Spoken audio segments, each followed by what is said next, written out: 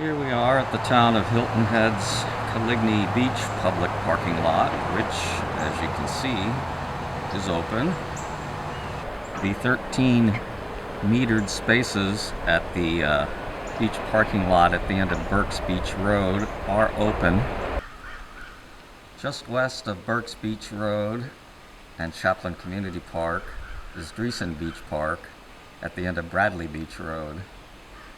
It is closed. It's the same story at Folly Field Beach Park on Starfish Drive. Islanders Beach Park on Folly Field Road also is closed. This is Fishhole Creek Park, which offers access to Port Royal Sound. Last stop on this survey is Mitchellville Beach Park on the north end of the island off of Mitchellville Road, and it is open.